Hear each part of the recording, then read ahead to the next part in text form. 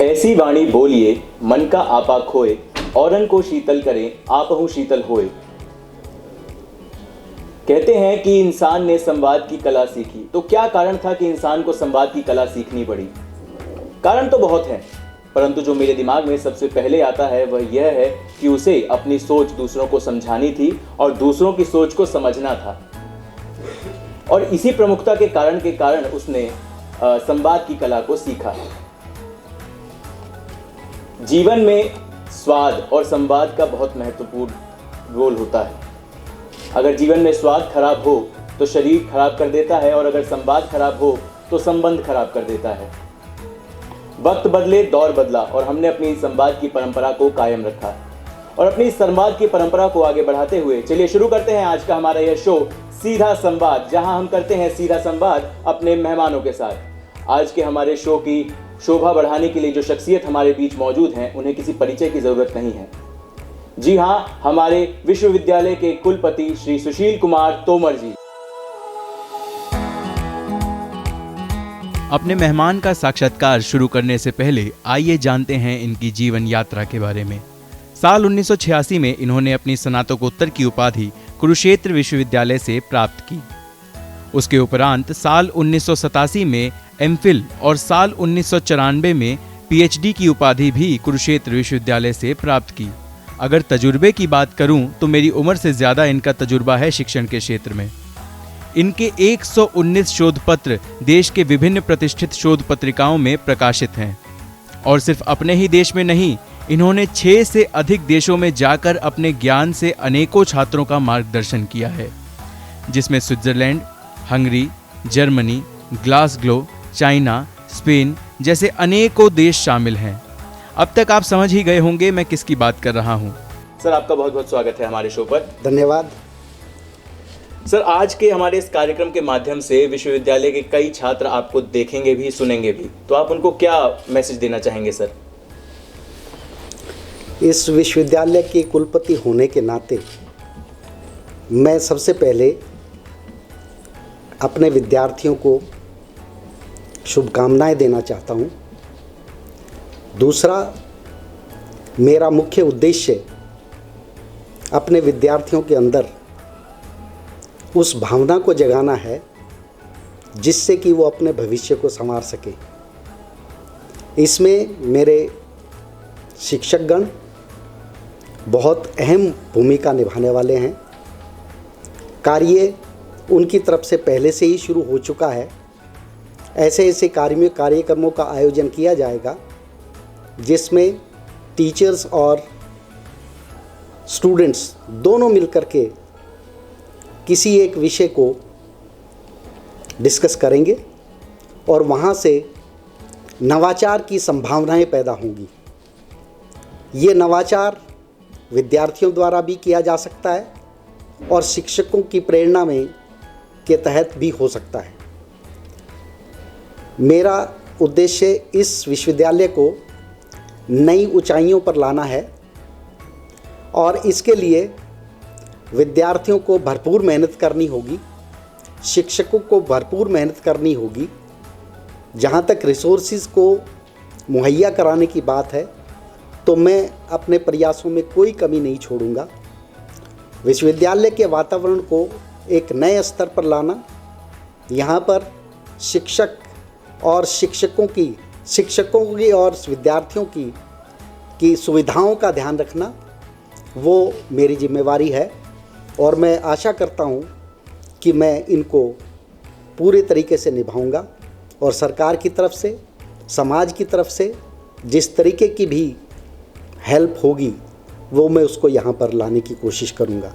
मैं अपने बच्चों के, अपने विद्यार्थियों के भविष्य को नए ऊंचाइयों पर ले जाना चाहता हूँ, जिससे कि ये विश्वविद्यालय एक विश्व के मानचित्र पर एक अलग अपनी पहचान बनाए। यही मेरा उद्देश्य है। जी सर। सर, इस इंटरव्यू के लिए तैयारी करते हुए मुझे आपके बारे में जानने का मौका मिला और मुझे ये पता लगा कि आपने 119 शोध पत्र देश के प्रतिष्ठित शोध पत्रिकाओं में आपके नाम से प्रकाशित हैं।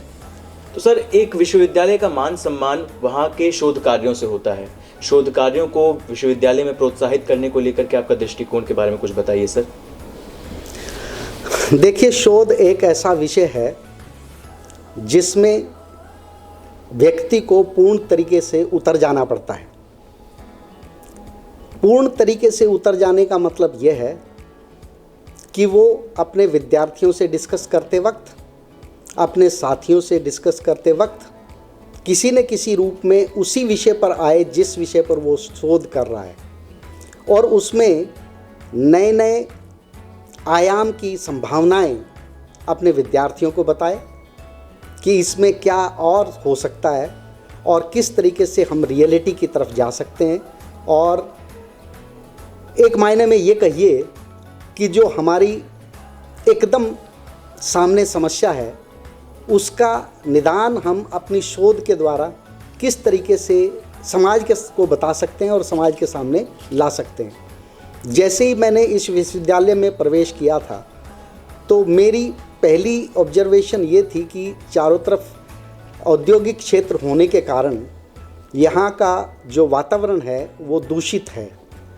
तो मुझे एकदम से समझ आया, क्योंकि ये विश्वविद्यालय साइंस एंड टेक्नोलॉजी का है, इंजीनियरिंग के छात्र भी यहाँ पढ़ते हैं, तो मुझे एकदम से उसका एक समाधान नज़र आया कि क्यों न मैं इसी विषय को अपने छात्राओं और वैज्ञानिकों और शिक्षकों के सामने रखूं कि इस समस्या का निदान निजात कैसे हो सकता है।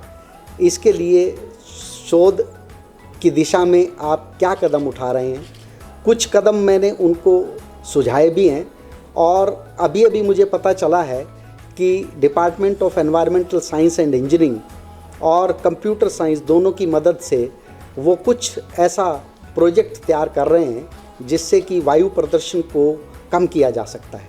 तो मुझे लगता है कि यहाँ के विद्यार्थियों और शिक्षकों में बहुत रिसर्च पोटेंशियल है, और रिसर्च पोटेंशियल को दिशा देने की ज़रूरत है, और दिशा देने के लिए मैं अपनी भरपूर कोशिश करूँगा। और मुझे उम्मीद है कि इन जैसी वायु प्रदूषण जैसी समस्याओं का जो जल्दी ही हम कोई न कोई हल निकाल देंगे। जी सर। जी।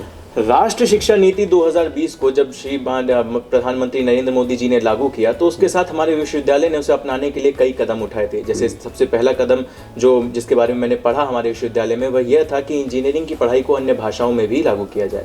राष्ट्रीय शिक्षा नीति 2020 को अपनाने व विश्वविद्यालय में उसे उपयोग करने को लेकर के आपकी क्या राय है सर? देखिए, शिक्षा नीति 2020 में कई चीज़ें ऐसी हैं जो देश के भविष्य के लिए बहुत ही महत्वपूर्ण सिद्ध होंगी। एक विषय जो आपने बताया कि इंजीनियरिंग की पढ़ाई लोकल भाषा में करानी चाहिए, इससे मैं पूर्ण तरीके से सहमत हूँ, क्योंकि अगर हम नवाचार और शोध की बात करते हैं तो मुझे लगता है कि ये आपका नवाचार और शोध आपके स्वप्न से शुरू होता है। और स्वप्न, मुझे ऐसा लगता है कि जिस भाषा को व्यक्ति बोलता है उसी भाषा में स्वप्न आता है। ऐसा कभी नहीं हुआ कि हिंदी बोलने वाले व्यक्ति को अंग्रेजी भाषा में स्वप्न आया। अगर आपका स्वप्न उसी भाषा में आता है तो इसका मतलब ये हुआ कि उसी भाषा में आपको पढ़ाई भी समझ आएगी, और उसी भाषा में आपकी सोच भी बेहतर होगी और नवाचार आएगा। तो इसलिए मैं पूर्ण तरीके से इस बात से सहमत रखता हूँ कि पढ़ाई जो है वो आपकी लोकल भाषा में ही होनी चाहिए। अगर आप पंजाब में हैं तो पंजाबी आपकी लोकल भाषा है, वहाँ उसमें पढ़ाई होनी चाहिए।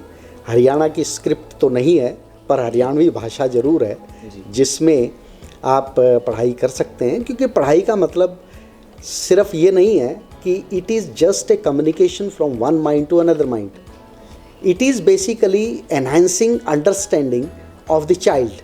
It is to assist the understanding of the child, and that assistance can be made lucid only in the local language in which the student is used to speak. तो ये चीज़ें होनी चाहिए।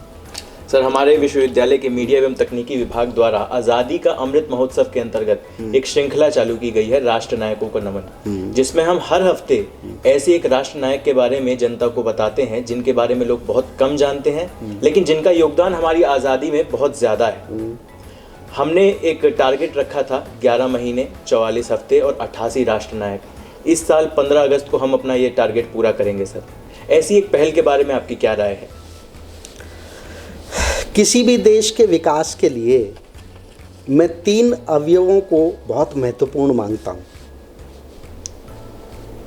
एक शिक्षक, एक रक्षक और एक कर्षक। मुझे लगता है कि किसी भी देश के वीर जिन्होंने अपनी देश की रक्षा की है, उनको याद करने से आगे आने वाली जो हमारी पीढ़ियाँ हैं, उनमें एक ऊर्जा का संचार होता है जी सर। और वो अपने इतिहास पर गर्व करते हैं। तो इसलिए ये जो विश्वविद्यालय के छात्रों ने एक पहल शुरू की है कि हमारे ऐसे राष्ट्रनायक जिनको गाहे बगाहे कई याद करते हैं या नहीं करते हैं, उनको अगर छात्रों के सामने रखा जाए और उनकी कहानियाँ, उनकी जीवनियों को रखा जाए, तो उनके अंदर अपने देश के प्रति प्रेम भी जागेगा और अपने देश के प्रति समर्पण की भावना भी आएगी। तो ये बहुत अच्छा मुझे लगता है शुरुआत है, एक बहुत अच्छी मुहिम है और इसको आगे ले जाना चाहिए। जी सर, हम बिल्कुल कोशिश करेंगे कि इस मुहिम को आगे ले जाएं और सिर्फ 88 राष्ट्रनायक नहीं, हो सकता है हम आने वाले हमारे जितने इतिहास के राष्ट्रनायक हैं सबके बारे में एक डॉक्यूमेंट्री ज़रूर बनाएं। आज आपका हमारे इस मीडिया एवं तकनीकी विभाग के नवनिर्मित स्टूडियो में आगमन हम सभी के लिए हर्ष का विषय है सर, और ख़ासकर मेरे लिए। आप आए, आपने मेरे शो को इतनी तवज्जो दी, ये मेरे लिए बहुत बड़ी बात है सर। मैं चाहूँगा कि आप हमारे संचार एवं मीडिया तकनीकी विभाग के इस परिवार के लिए 2 शब्द कहें सर। देखिए, आपका स्टूडियो देख करके मुझे बहुत हर्ष हुआ। यहाँ पर नई तकनीक के आधार पर जो फ़ोटो स्टूडियो डेवलप किया गया, और जब शिक्षकों से मैं डिस्कशन कर रहा था तो उन्होंने मुझे बताया कि यहाँ पर 2 यूजी कोर्स और 2 पीजी कोर्स चल रहे हैं, और उनके जो स्टूडेंट्स हैं बीए जर्नलिज्म के बाद वो रोज़गार उन्मुक्त हो जाते हैं। तो ये एक बहुत अच्छा विषय है। मैं तो इस अवसर पर सभी को शुभकामनाएं और अपना आशीर्वाद देना चाहता हूं, और ये मीडिया दिनों दिन तरक्की करे, ऐसी मेरी भगवान से प्रार्थना है। जी सर। सर, आज हमारे शो पर हमारे साथ जुड़ने के लिए आपका बहुत बहुत धन्यवाद। आपने अपना कीमती समय हमारे लिए निकाला, ये हमारे लिए बहुत बड़ी बात है सर।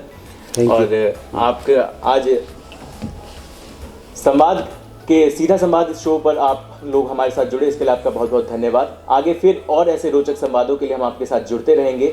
देखते रहिए सीधा संवाद, जहां हम करते हैं सीधा संवाद मेहमानों के साथ। धन्यवाद।